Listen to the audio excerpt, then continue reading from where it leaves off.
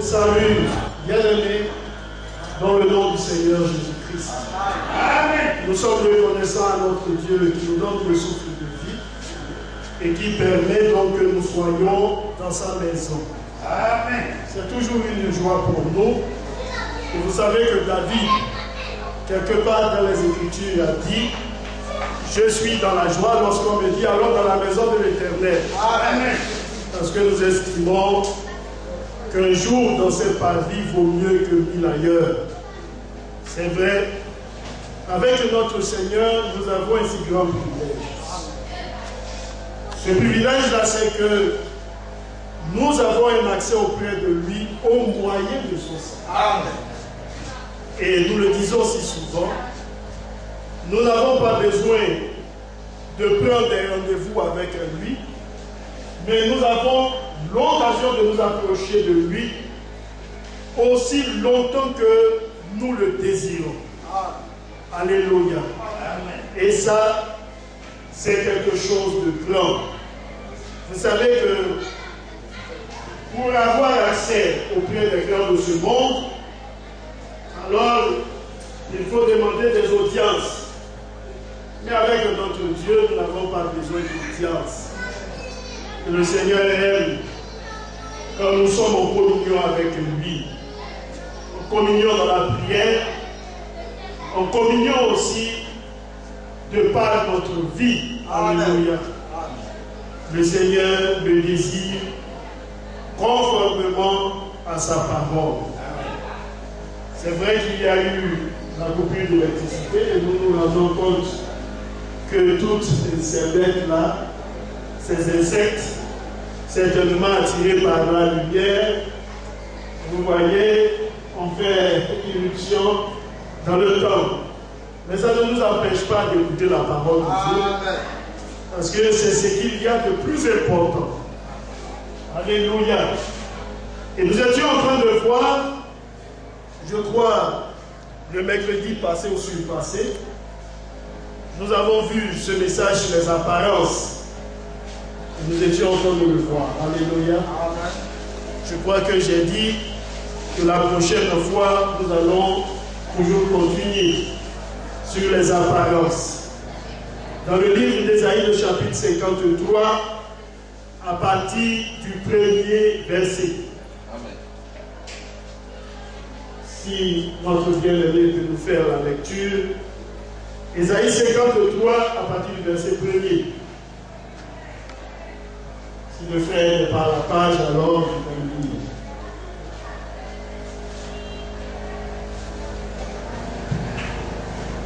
Ésaïe chapitre 53, à partir du verset 1er. Qui a cru à celui qui nous était annoncé, qui a reconnu le bras de l'Éternel. Il s'est élevé devant lui comme une faible plante, comme un végétal qui sort d'une terre desséchée. Il n'avait ni beauté ni éclat pour attirer nos regards, et son aspect n'avait rien pour nous plaire. Méprisé et abandonné des hommes, homme de douleur et habitué à la souffrance, semblable à celui dont on détourne le visage, nous l'avons dédaigné, nous n'avons fait de lui aucun cas. Cependant, ce sont nos souffrances qu'il a portées, c'est de nos douleurs qu'il s'est chargé, et nous l'avons considéré comme puni, frappé de Dieu et humilié. Mais il était blessé pour nos péchés, brisé pour nos iniquités. le châtiment qui nous donne la paix est tombé sur lui. Et c'est par ces meurtrissures que nous sommes guéris. Nous étions tous errants comme des brebis, chacun suivait sa propre voie. Et l'Éternel a fait retomber sur lui l'iniquité de nous tous. Amen. Amen.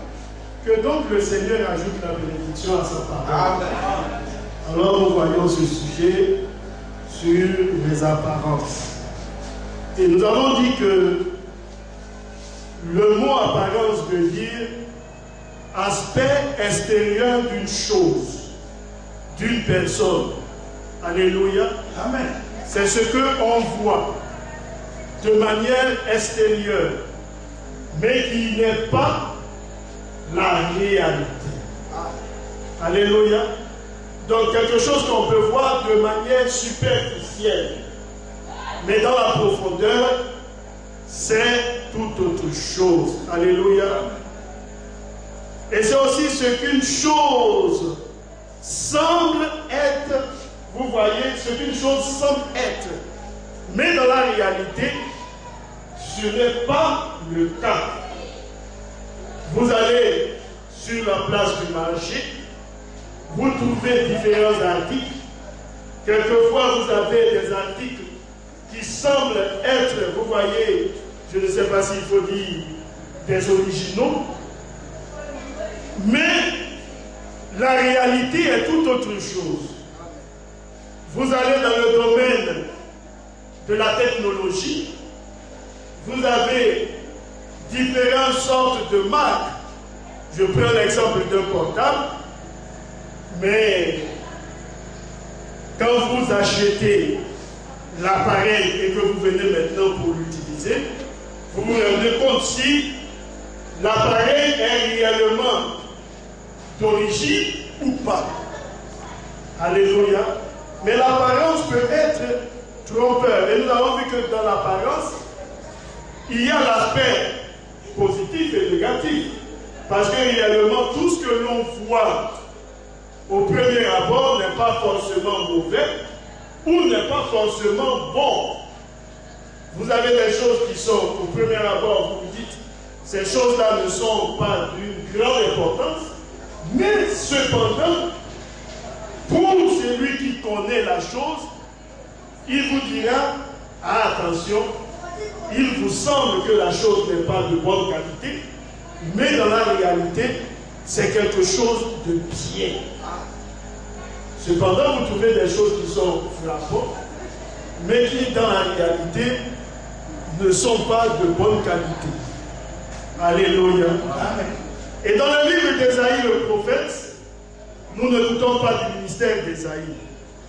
S'il y a une personne qui prétend être chrétien, donc disciple du Seigneur, qui met en doute le ministère d'Ésaïe, alors il n'est pas un croyant. Nous croyons dans le ministère d'Ésaïe, comme nous croyons dans le ministère d'Ézéchiel, dans le ministère de Jérémie, dans le ministère de tous ces prophètes qui ont eu à exercer et qui ont reçu de la part du Seigneur un mandat. Amen. Ce qui est merveilleux avec les prophètes, c'est qu'ils ne dépendaient pas d'une organisation. Ils n'étaient pas soumis à une dénomination. Non, c'était des personnes qu'on pourrait qualifier d'indépendantes. Ils recevaient le conseil de Dieu et ils le transmettaient au peuple du Seigneur. Amen. Vous savez que le Seigneur, dans le livre d'Amos, a dit, le Seigneur ne fait rien sans qu'il ne révèle son secret à ses serviteurs les prophètes. Amen. Quand le Seigneur prend la résolution de faire une chose, il le dit aux prophètes. Amen. Afin que ce dernier puisse retransmettre le message reçu au peuple de Dieu. Amen. Et le Seigneur se choisit des prophètes. Nous avons l'exemple avec les âges de l'Église où le Seigneur s'est choisi des prophètes. Alléluia. Amen. Des messagers. On les appelle quelquefois, pour certains des réformateurs, Mais nous croyons que c'était des prophètes qui avaient reçu du Seigneur un message bien particulier pour le peuple du Seigneur. Quelquefois, quand on dit message, il y en a qui ne comprennent pas, ils disent mais quel est le message, quel est le message. Mais le livre d'Apocalypse est clair, écrit à l'ange de l'église de Éphèse, de Smyrne, de Pergame, de Sardes, de Philadelphie, jusqu'à Laodicée. Et dis-lui, ce sont des messages que le Seigneur avait adressés à chaque âge, à chaque ange, pour un âge bien précis. Amen. Alors nous n'inventons rien lorsque nous parlons d'un message. Il y a eu un message du temps de Paul, un message du temps d'Irénée, un message du temps de, vous voyez, Martin, c'est Martin de Colomban, de Martin Luther, de Wesley et du prophète du temps de la fin, qui n'est rien d'autre que notre frère William Marion Branham. Amen. Et nous le croyons de tout notre cœur. Conformément à ce que le Seigneur a dit à Matthieu, celui qui reçoit un prophète en qualité de prophète recevra la récompense d'un prophète. Alléluia. C'est vrai. Alors notre Seigneur, Ésaïe commence par ceci. Qui a cru à ce qui nous était annoncé? Alléluia. Le Seigneur prend donc le soin d'annoncer. Remarquez que le Nouveau Testament en lui-même n'est rien d'autre que l'accomplissement de l'Ancien Testament. Amen. Et quand nous nous référons à la vision dans le livre d'Apocalypse au chapitre 12 avec la femme, nous voyons que la Bible donne cette description. Je vis une femme et la Bible nous dit qu'elle était, je crois, enceinte. Elle était environnée du soleil, alléluia, et elle avait la lune sous les pieds. Amen.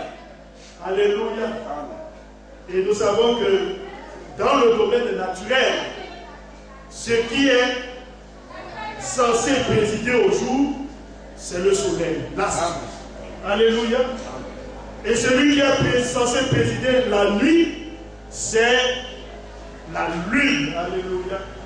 Ainsi que je vois les étoiles.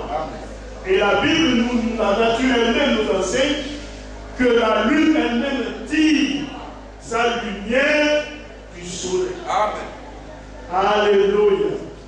Le Seigneur a donc montré au travers de l'Écriture que l'Ancien Testament n'était rien d'autre que l'ombre des choses à venir.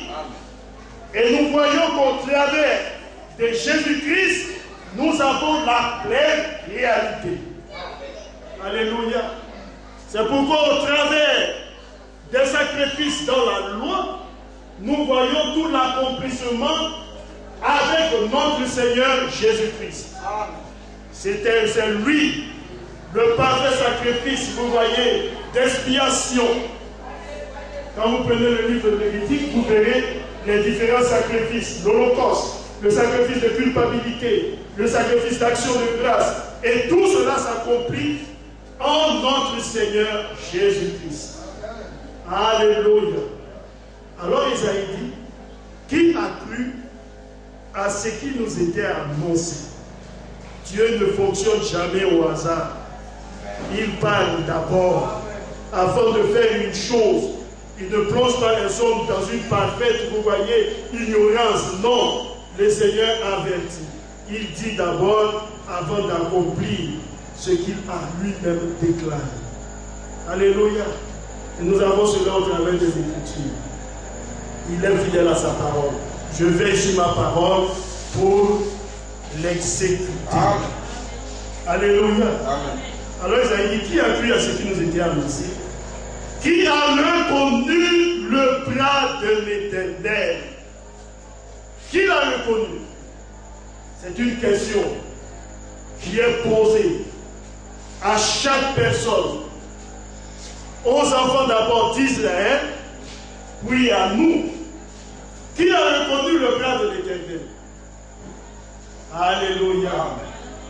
Il s'est élevé devant lui comme une faible plante. Et nous avons parlé là de la divinité de notre Seigneur. Quand nous lisons le livre d'Apocalypse, nous voyons comment Jean a vu le trône, celui qui était assis sur le trône. Et quand Jean regarde, il vit l'agneau ensanglanté qui est sorti du milieu du trône. Quand le vieillard s'adresse à lui, il lui dit ne pleure pas, parce que le lion de la tribu de Juda a vaincu. Dans le langage physique, dans le langage normal, on dira tout simplement que ce doit être un lion qui se présente. Mais quand Jean regarde, il ne voit pas venir un lion, mais il voit plutôt un agneau. Amen. Alléluia. Et nous avons vu que dans le livre d'Ézéchiel, les images, vous voyez, de manière similaire, nous sont présentées lorsque Ézéchiel regarde. Il dit qu'il vit venir du septentrion. Vous voyez une chaîne de feu qui était agitée, ainsi de suite, et il vit, je crois, une personne en plein milieu. Alléluia. On peut lire ça dans le livre d'Ézéchiel, pour ne pas raconter de fausseté. Nous allons lire, je crois, Ézéchiel, le chapitre 1.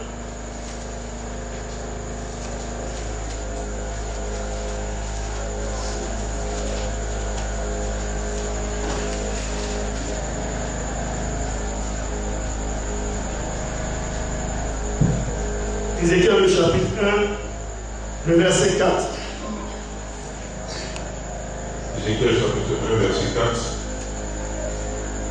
Je regardais, et voici, il vint du septentrion un vent impétueux, une grosse nuée et une gerbe de feu qui répandait de tous côtés une lumière éclatante, au centre de laquelle brillaient comme des airains polis sortant du milieu du feu. Au centre encore apparaissaient 4 êtres vivants, dont l'aspect avait une ressemblance humaine.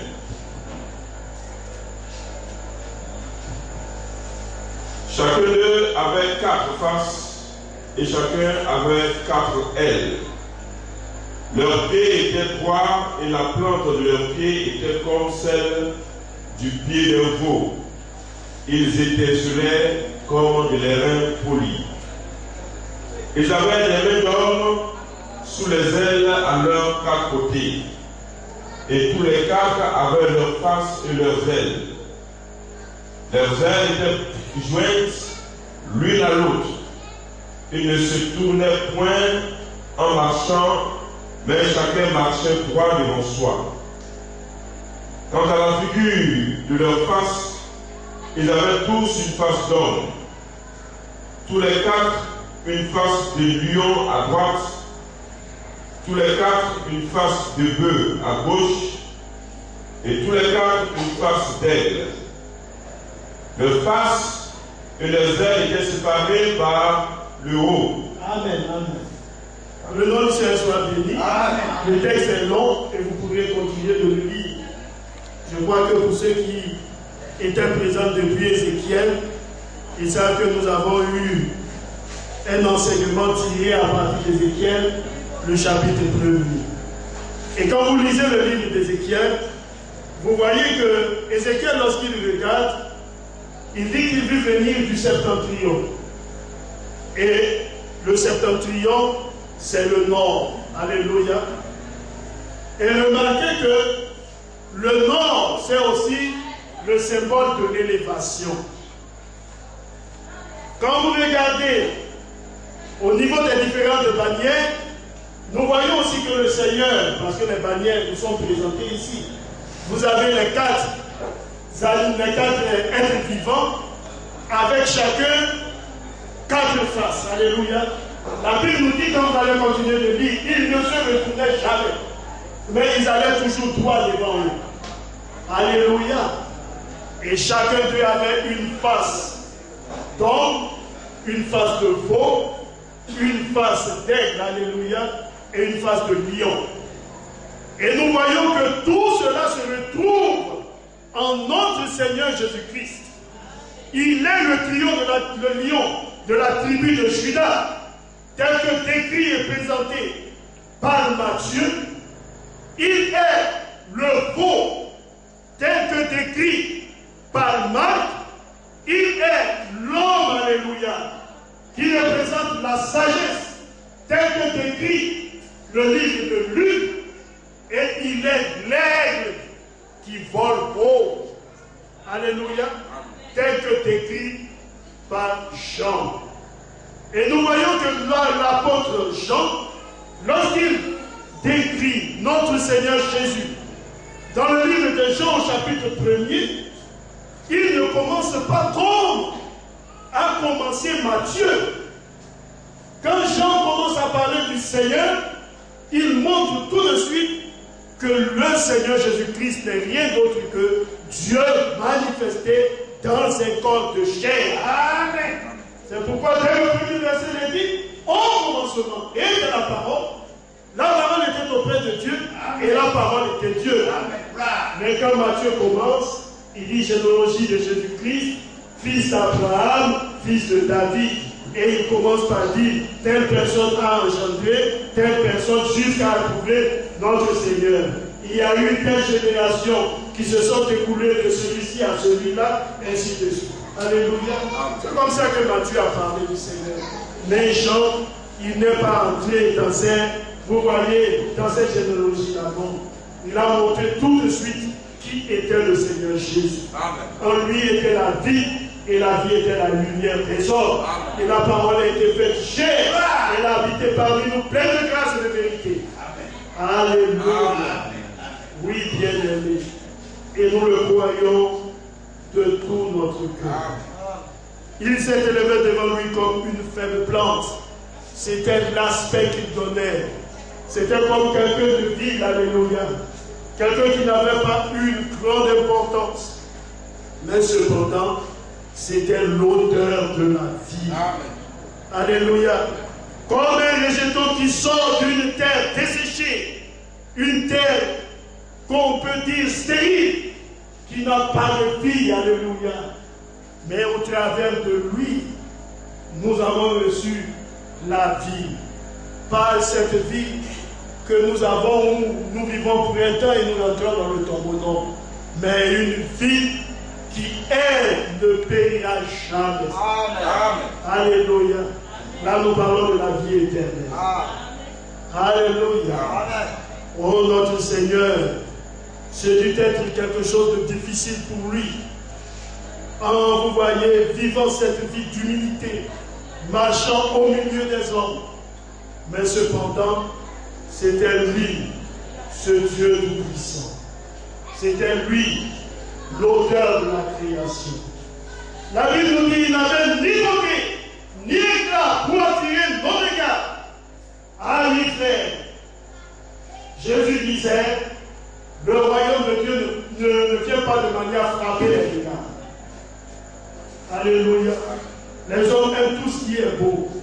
Mais tout ce qui est beau n'est pas forcément synonyme de vie.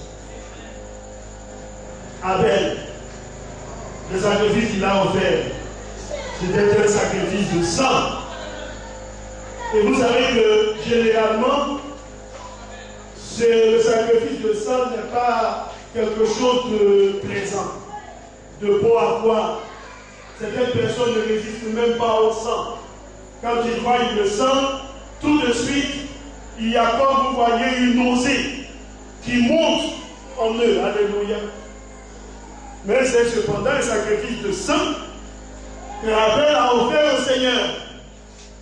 Mais quel était le sacrifice de Caïn? C'était un sacrifice des fruits de la terre. Amen. Voici cette offrande qu'il a présentée au Seigneur. Si on devait comparer en termes de beauté le sacrifice d'Abel et celui de Caïn, alors tout de suite, on aurait approuvé le sacrifice de Caïn et rejeté celui d'Abel. Mais la manière des hommes de concevoir les choses est différente de celle du Seigneur. L'homme a une manière de voir et de concevoir, le Seigneur a une manière de voir et de concevoir. C'est pourquoi en Isaïe 55, le Seigneur l'a dit, comme le ciel est élevé au-dessus de la terre, ainsi mes pensées sont élevées au-dessus de vos pensées. Amen. Et mes voix au-dessus de vos voix. La manière dont le Seigneur voit les choses, ce n'est pas ainsi que nous les hommes nous voyons. Alléluia. Regardez un peu, lorsque le Seigneur parle un peu du lit de la vallée, le lit des champs. Alléluia. Et le prophète aimait bien parler de cette fleur. Et il fait remarquer que c'est une fleur qui pousse dans de la boue. Alléluia. Au premier abord, on n'a pas de considération pour cette plante, pour cette fleur. Mais il faut attendre qu'elle mène le combat, qu'elle lutte, qu'elle traverse la boue. Et c'est alors que vous voyez cette fleur-là apparaître dans sa beauté. Amen. Et le Seigneur, parlant du lit des champs, a dit que même Salomon n'a pas été vêtu comme cette plante-là. Salomon, dans toute sa gloire. Alléluia. Oui, bien-aimé.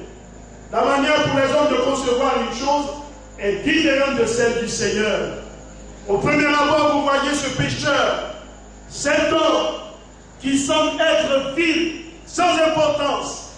Mais attendez un instant, qu'il reçoive la grâce de Dieu, qu'il reçoive la personne du Seigneur dans le plus profond de son cœur. Et cet homme qui était considéré comme vil, comme répugnant, il devient quelqu'un d'agréable. Quelqu'un avec lequel vous allez être tout le temps. Et ça, c'est la grâce de Dieu. Alléluia. Oui, bien aimé.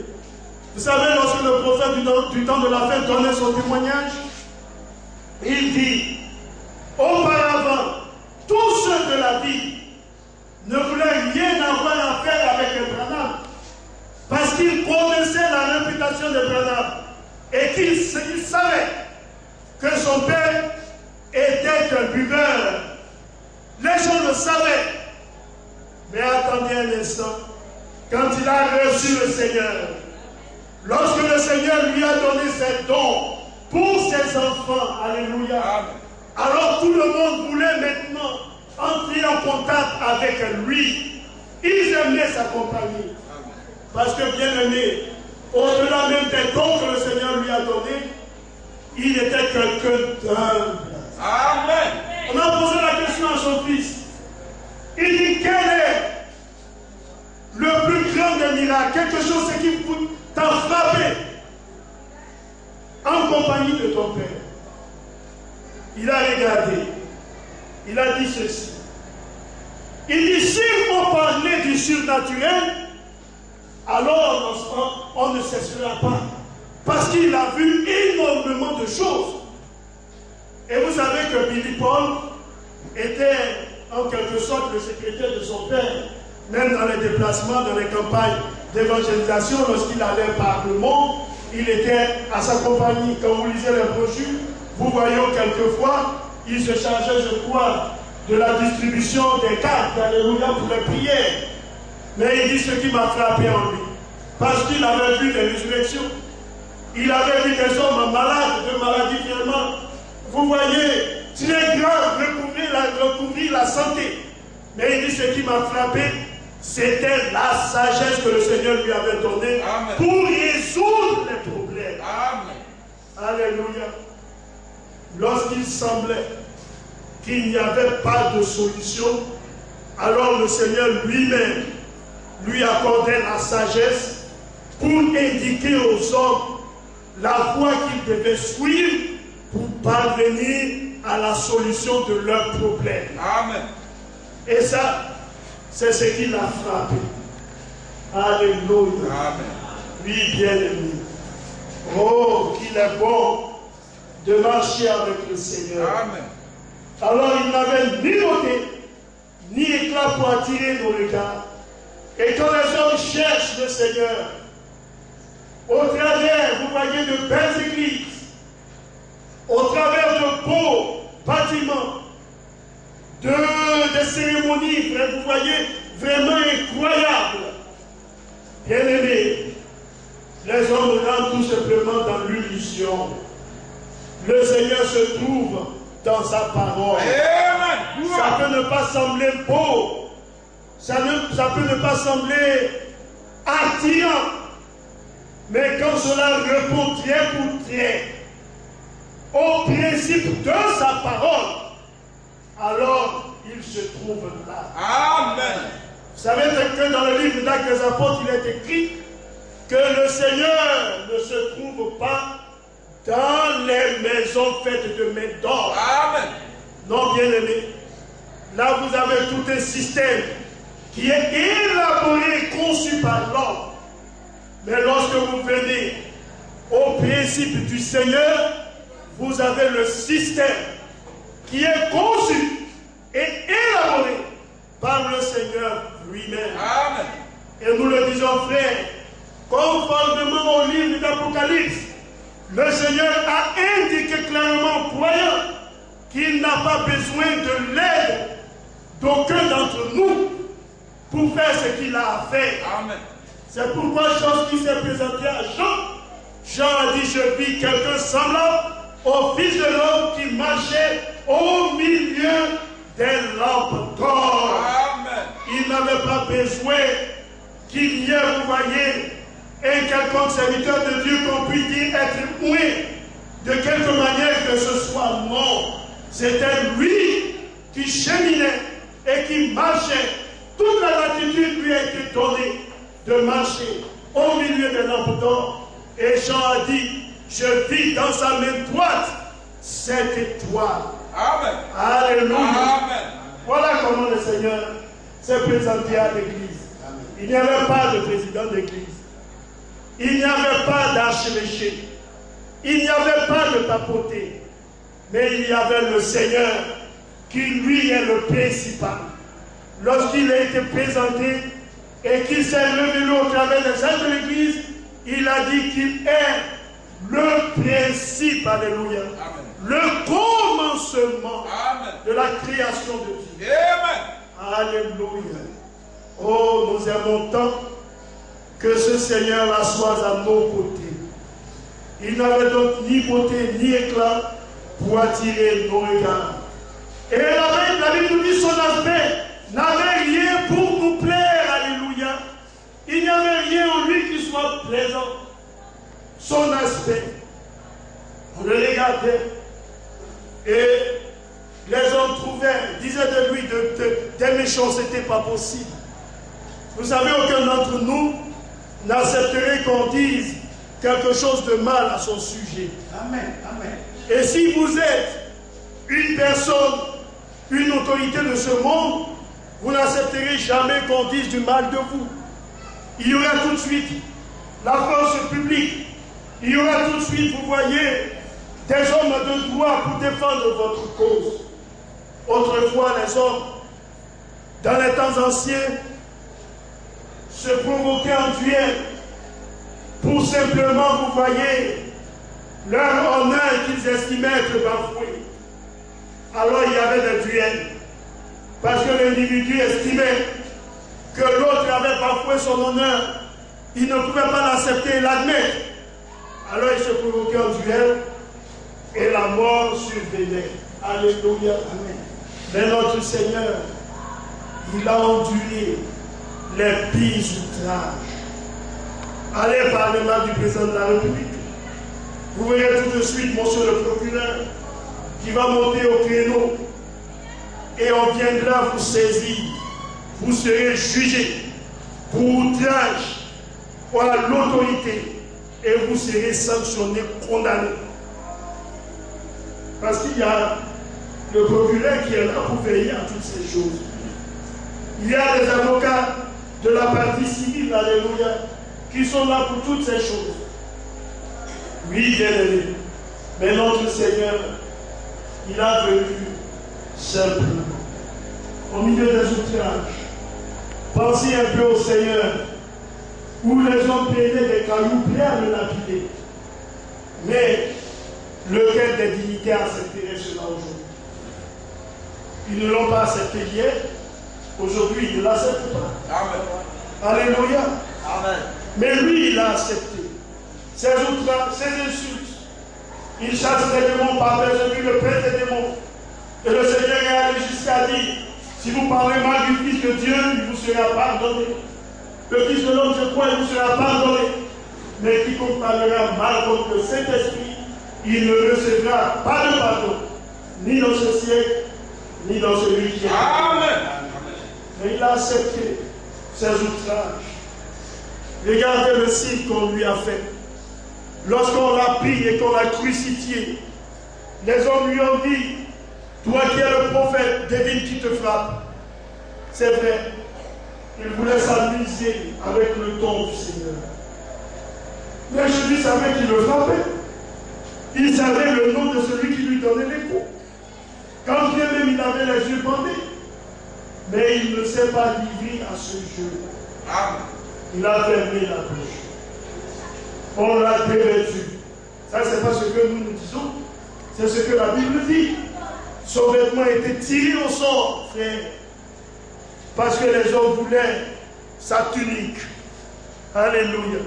Et il a accepté. On lui a tiré là-bas. Ce n'était pas une paresse, mais c'est dans le but de lui faire mal. Alléluia. Et Jésus l'a accepté. Amen. Il a été conduit comme une brebis à l'abattoir et il a été, la Bible dit, muet. Il n'a pas ouvert la bouche. Alléluia. C'est ainsi que notre Seigneur a marché. Dans l'humilité et dans la simplicité. La Bible dit son aspect n'avait rien pour nous plaire. Les grands de ce monde, ils ont toutes sortes d'appareils. Le prophète dit, j'ai vu un homme qui ne faisait que changer les habits à tout moment, comme s'il était le centre de la terre. Oui, il y en a comme ça. Quand ils reçoivent une petite autorité, il faut qu'ils vous montrent qu'ils sont quelqu'un d'important. Oui, ça existe dans ce monde. Mais Jésus, il était si simple. Son aspect n'avait rien pour nous. La Bible nous dit qu'il était méprisé et abandonné des hommes.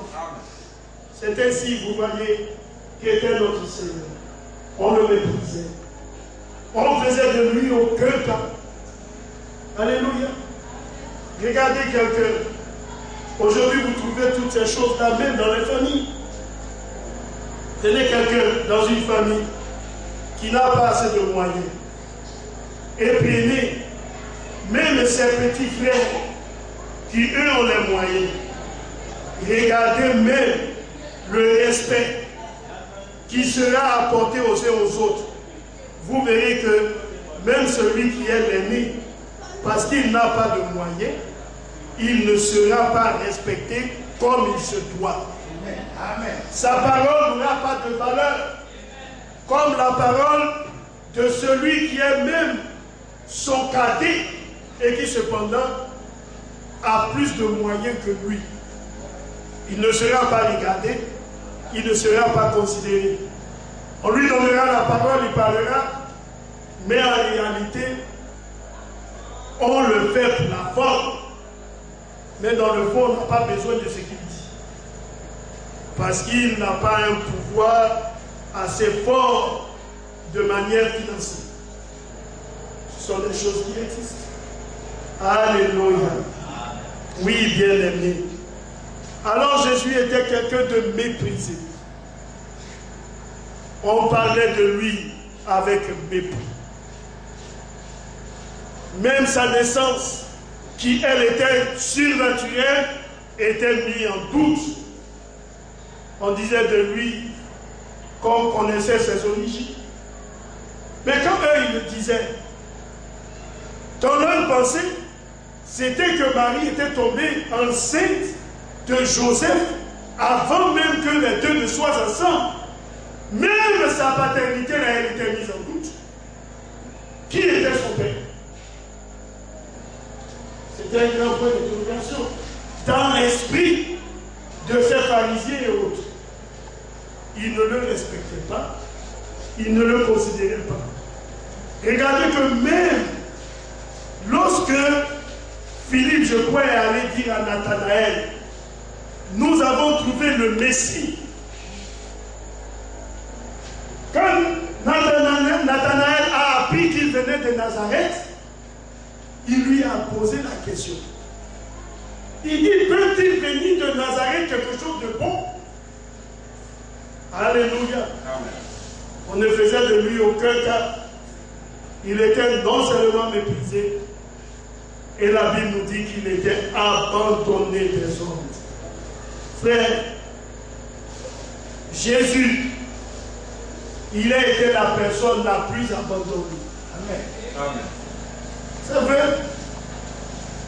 Mais on ne l'a pas abandonné parce qu'il mentait, parce qu'il était toujours dans de faux coups. Non. Il était honnête. Il s'attelait à prêcher uniquement la parole, à vivre la parole, à accomplir la parole. Mais cependant, on l'a abandonné. Vous savez, le prophète du temps de la fin a connu aussi la même chose. Un beau jour, il a demandé, je crois, à sa femme, il lui a demandé, est-ce qu'elle aimait? Oui. Et elle lui a posé même la question, mais comment il pouvait lui poser cette question? Pourquoi il lui posait cette question?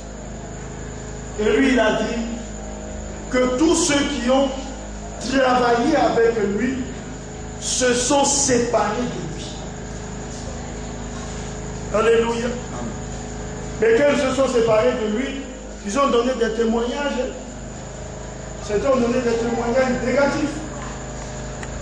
Il y avait un frère du nom de Bastin, pour ceux qui ont lu la biographie du frère Branham. Il dit en matière de dons, vous prenez n'importe lequel des serviteurs de Dieu.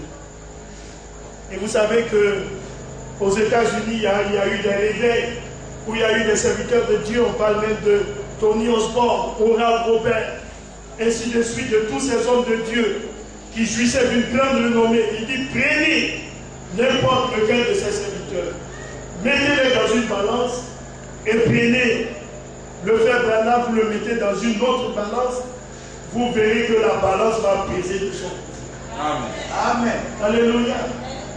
En Afrique du Sud, lorsque la réunion, les campagnes d'évangélisation se sont produites, les guérisons étaient telles que, je crois, l'une des autorités a dit que jamais une pareille chose ne s'est produite. Amen. Parce que les camions étaient remplis, je crois, de béquilles et de fauteuils roulants. Et les hommes étaient guéris. Amen. Dans le nom du Seigneur. Amen. Mais il dit, en matière d'enseignement, il enseignait des choses fausses. Amen. Ça, c'est le témoignage du pasteur. Alléluia. Le bien-aimé, le prophète a toujours dit, jamais il ne s'est départi de ce qu'il a enseigné. Amen. Alléluia. Amen. Ce qu'il a commencé à enseigner, c'est ce qu'il a continué d'enseigner jusqu'à sa vieillesse. Amen. Et jusqu'à ce qu'il rende l'âme. Et lui pouvait dire, ce jour-là, lorsque, alors le Seigneur lui dira, pourquoi tu as prêché ceci? Il dira, je l'ai prêché parce que Paul l'a prêché. Je l'ai prêché parce que Pierre l'a prêché. Je l'ai prêché parce que les apôtres l'ont prêché. Amen. Et alors, si eux sont qualifiés, moi aussi je serai qualifié. Amen. Bien-aimé, lequel d'entre nous va dire que l'apôtre Paul n'est pas qualifié? Lequel? Lequel d'entre nous va dire que Pierre n'est pas qualifié? Amen. Que les apôtres ne sont pas qualifiés? Mais s'ils ne sont pas qualifiés, la Bible, là, nous devons la jeter. Amen. Parce que la Bible nous dit leurs noms sont écrits sur les 12 fondements de la Jérusalem. Comment peut-il ne pas être écrit? Amen. Dieu nous a donné un modèle afin que vous et moi, nous puissions l'observer et être qualifiés comme eux. Amen. Alléluia. Amen. Que le nom du Seigneur soit béni. Amen. Alors la Bible nous dit qu'il était abandonné des hommes. Regardez au début du ministère. Il choisit 12. Il choisit 70. Et les 70 le laissent. Il reste avec les 12. Et même dans les 12, il dit l'un d'entre vous était le démon. Ils étaient 11. Alléluia. Amen. Oui, bien-aimé. C'est ainsi que Jésus a marché. La Bible nous dit homme de douleur et habitué à la souffrance, semblable à celui dont on détourne le visage. Alléluia.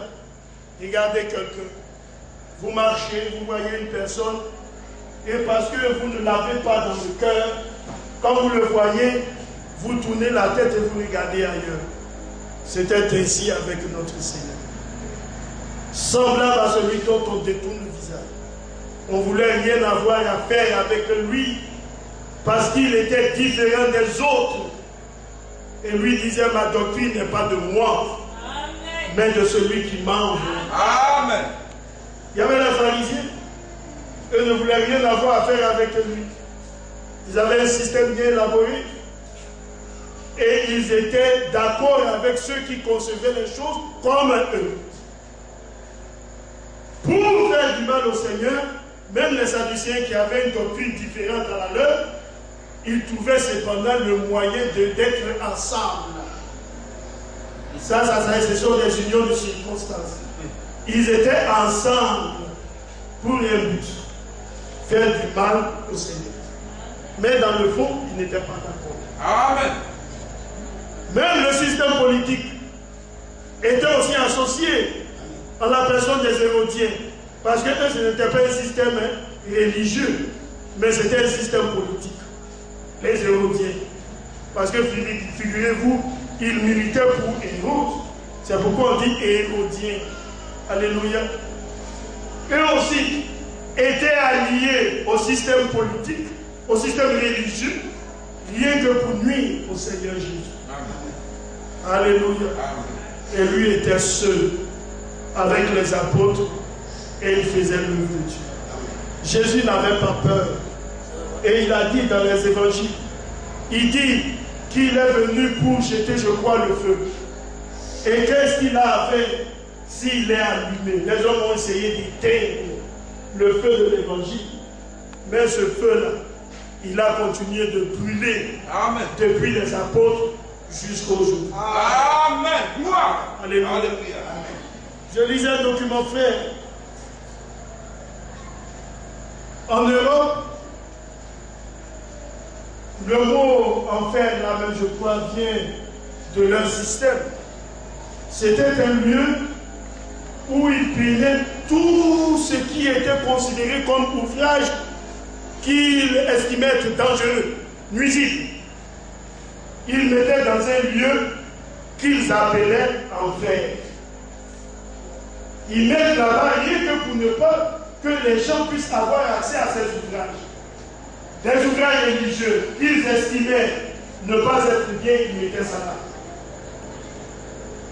Que ce soit aussi des ouvrages, vous voyez, parce qu'aussi il y avait des ouvrages qui étaient mauvais, des ouvrages à caractère érotique qui étaient aussi mis dans ce lieu. Et ils ont nommé ce lieu-là enfer. Je crois que le frère Joey m'a donné un document tiré du net. Et quand j'ai lu, j'ai vu toutes ces choses. Alléluia. Amen. Oui, bien aimé. Il est bien de marcher avec le Seigneur. De vivre avec lui. Et de rester scotché à la parole de Dieu. On détournait de lui le visage. La Bible dit, nous l'avons dédaigné. Nous n'avons fait de lui aucun cas. Et c'est merveilleux ce qui suit.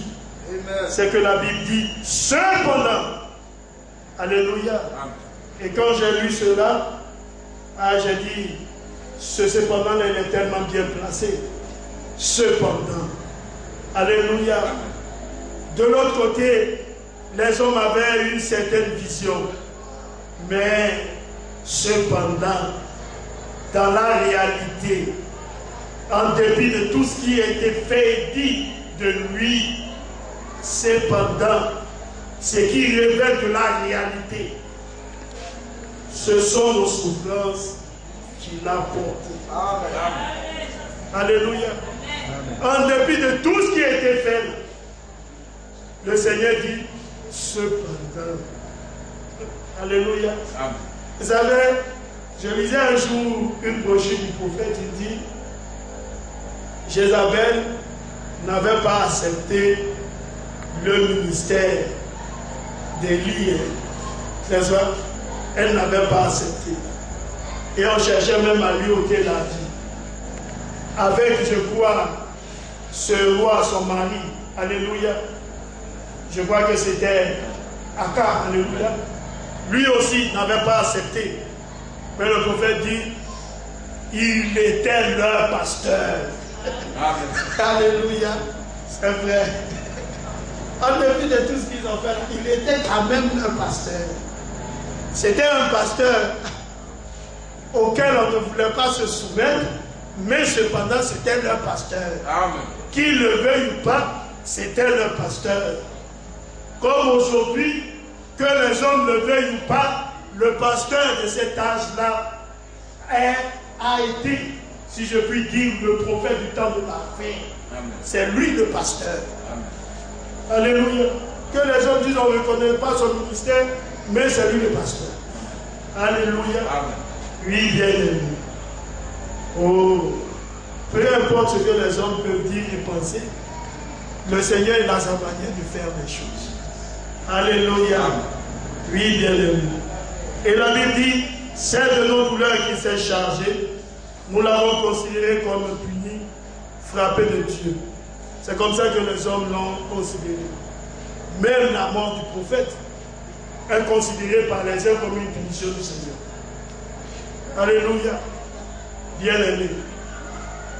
Mais nous n'entrons pas dans ces polémiques.